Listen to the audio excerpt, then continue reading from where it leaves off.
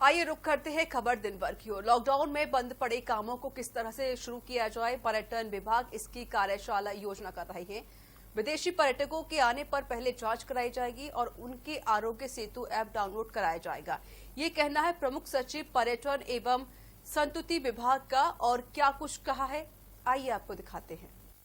Lockdown period में पर्यटन और पर्यटन से जुड़ी हुई जितनी भी गतिविधियां हैं सभी एक तरह से रुक गई हैं, ठहर गई हैं। होटल बंद है, रेस्टोरेंट बंद है।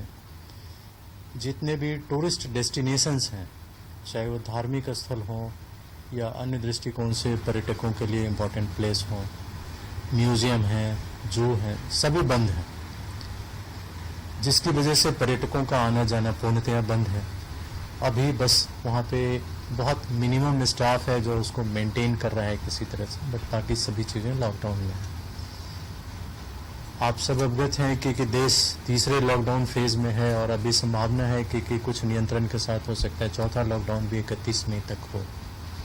बट इस बीच में हम लोग इस बात की तैयारी कर रहे हैं कि जब लॉकडाउन खुलेगा तो पर्यटक स्थलों पे क्या क्या सावधानियां बरते जाने की ज़रूरत है, क्योंकि जब तक कोविड-19 की वैक्सीन नहीं आ जाती है तब तक हमें इसके बचाव के सारे साधनों को उपयोग में लाते हुए ही पर्यटक स्थलों को खोलना होगा और वहाँ पे लोगों के आने जाने को नियंत्रित करना होगा। तो इसके लिए एक हमने स्टैंडर्ड ऑपरेटिंग प्रोसीड्योर सभी के लिए बनाया है। होटल इंडस्ट्री के लिए भी बनाया है, टूरिस्ट रेस्टोरेंट के लिए भी बनाया है, टूरिस्ट प्लेसेस के लिए भी बनाया है। टूरिस्ट प्लेसेस जब अब इसके आगे जब भी खुलेंगे तो वहाँ पे सैनिटाइजेशन की पूरी व्यवस्था रहेगी, जहाँ पे कि अगर कोई मंदिर है या कोई धार्मिक स्थल है उसके खुलने का एक कोई समय है तो उस समय सीमा में सोशल डिस्टेंसिंग के आधार पे हम कितने लोगों को एंट्री दे सकते हैं इसका भी ख्याल रखा जाएगा। अब ऐसा नहीं होगा कि आरती या पूजन के समय कोई भी अनियंत्रित संख्या में लोग आ रहे हैं, क्योंकि सोशल डिस्टेंसिंग में कम से कम 3 फुट से 4 फुट का डिस्टेंस रखना ज़रूरी होगा। तो संख्या घट जाएगी। एक लिमिटेड टाइम में पहले जितने लोग आते थे उससे अब लगभग 1/10 लोग आ सकेंगे मात्र सोशल डिस्टेंसिंग के। और इन सभी जगहों पे बाहर में हैंड सैनिटाइज करने के लिए बेसिन की व्यवस्था होगी, जहाँ पे कि साबुन से हाथ को साफ करना होगा। पैरों को साफ करने के लिए नीचे ट्रे होगा जिसमें कि शू सैनिटाइजेशन और लेग सैनिटाइजेशन की व्यवस्था होगी। सबके लिए मास्क पहनना मैंडेटरी होगा।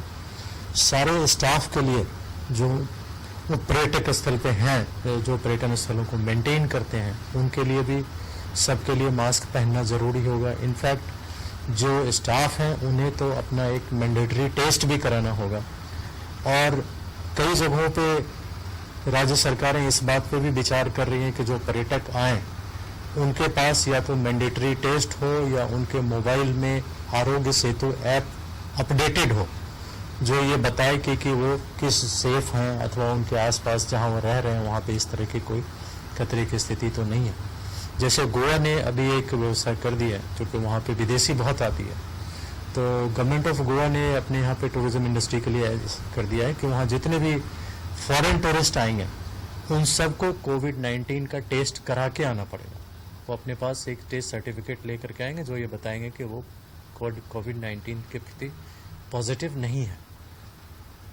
इस तरह के अंतर्राष्ट्रीय पर्यटकों का मूवमेंट अभी चूँकि कम होगा उत्तर प्रदेश में, हम ये समझते हैं कि यहाँ पे देश के पर्यटकों का मूवमेंट ज़्यादा होगा, धार्मिक स्थलों का मूवमेंट ज़्यादा होगा।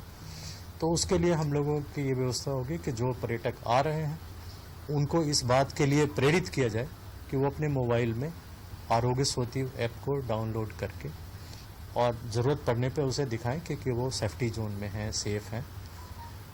सुरक्षा के मानकों का उपयोग करें, मास्क लगाएं, ज़रूरत हो तो हाथों में डिस्पोजेबल ग्लव्स भी लगाएं। सैनिटाइज़र की व्यवस्था रहेगी सभी जगह, उनके अपने पास भी होगी। अभी कोई गीला प्रसाद वगैरह चढ़ाए जाने पे शायद रोक भी रहेगी, हालांकि इसका अभी स्टैंडर्ड प्रोटोकॉल नहीं डिसाइड हुआ है क्योंकि मंदिर समितियां इसको तय करेंगी। लेकिन बेहतर, क्योंकि मंदिरों में दर्शन भी अभी एक सेफ डिस्टेंस के ही साथ होगा और यही पर्यटक स्थलों पे भी होगा। धीरे धीरे जैसे जैसे हम इस कोविड के फैलाव को कम कर पाएंगे और लोगों को सेफ रख पाएंगे तो फिर धीरे धीरे और व्यवस्थाएं ओपन की जाएगी। अभी इतने नियंत्रण के साथ ही चीज़ें स्टार्ट होंगी। सर, जो निर्माण कार्य चल रहे थे पर्यटन विभाग की, उनका कुछ समय सर बढ़ाया जाएगा जो टेंडर हो चुके थे? जितने निर्माण कार्य हैं उन सभी को 6 महीने का टाइम एक्सटेंड किया जा रहा है, क्योंकि इस बीच लगभग 2 महीने तक कार्य बंद रहा और जब अब कार्य आरंभ भी हो रहे हैं तो उन जगहों पे एक सीमित संख्या में काम आरंभ हो पा रहे हैं, क्योंकि उतनी संख्या में मजदूर नहीं मिल रहे हैं, सबके लिए वाहन उपलब्ध, सबके आने जाने के लिए पब्लिक ट्रांसपोर्ट की फैसिलिटी नहीं है। और अभी कोशिश की जा रही है कि उन जगहों पे ही काम हो जहाँ पे कि मजदूरों को वहीं पे कैंप कराया जाए ताकि वो सेफ रहें, क्योंकि जितना बाहर से आएंगे जाएंगे तो उन सब की स्क्रीनिंग कर पाना उतने बड़ी संख्या में संभव नहीं होगी। एक अपील लोगों के लिए, प्रदेशवासियों के लिए, थोड़ा कोरोना के चलते मेरी सभी से अपील है कि समय कठिन अवश्य है, पर माननीय प्रधानमंत्री जी के नेतृत्व में, माननीय मुख्यमंत्री जी के नेतृत्व में जो देश और प्रदेश में एक नई दिशा इन्होंने दी है कोविड के समय में, आज उत्तर प्रदेश में इतनी बड़ी आबादी होने के बावजूद हम बहुत बड़ी संख्या में इसको नियंत्रित करने में सफल हुए हैं। तो सबको अपनी अपनी आदतों में सुधार करना पड़ेगा, हाइजीनिक हैबिट्स डेवलप करनी पड़ेगी।